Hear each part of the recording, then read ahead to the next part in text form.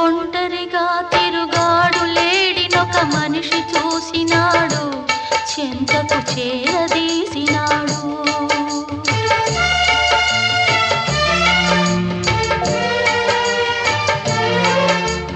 అభమో శుభమో తెలియని లేడి అతనిని నమ్మింది, తన హృదయం పరిచింది.